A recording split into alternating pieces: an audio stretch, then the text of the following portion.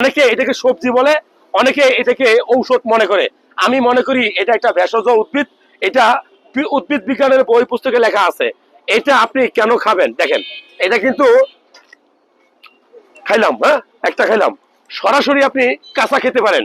এটা একটা ভেষজ উদ্ভিদ। আমরা ইয়াংরা যুবকরা কিন্তু ভায়াগ্রা ট্যাবলেট কিনে খাই, ওয়ান টাইম ওষুধ কিনে খাওয়ার রাজা আমরা, বাচ্চা। কিন্তু মনে রাখবেন, যদি কেউ এই ঢেঁড়স নিয়মিত সেবন করে, কয়েকটা গুরুত্বপূর্ণ উপকার তার শরীরে হবেই। নাম্বার ওয়ান, তার টেস্টোস্টেরন লেভেল বাড়বে, তার দিনে দিনে যে আকাঙ্ক্ষা কমছে, তার টাইমিং কমছে, সেটা বাড়বে, নাম্বার ওয়ান।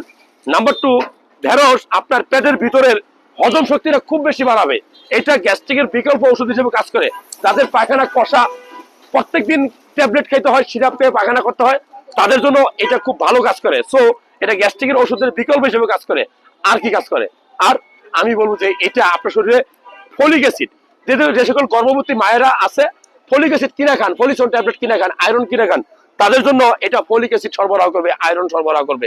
সো এখন থেকে নিয়মিত কাঁচা ঢেঁড়স, ঢেঁড়স ভাজি, ঢেঁড়সের ঝোল, ঢেঁড়সের তরকারি যেমনি পারেন বেশি করে খাবেন।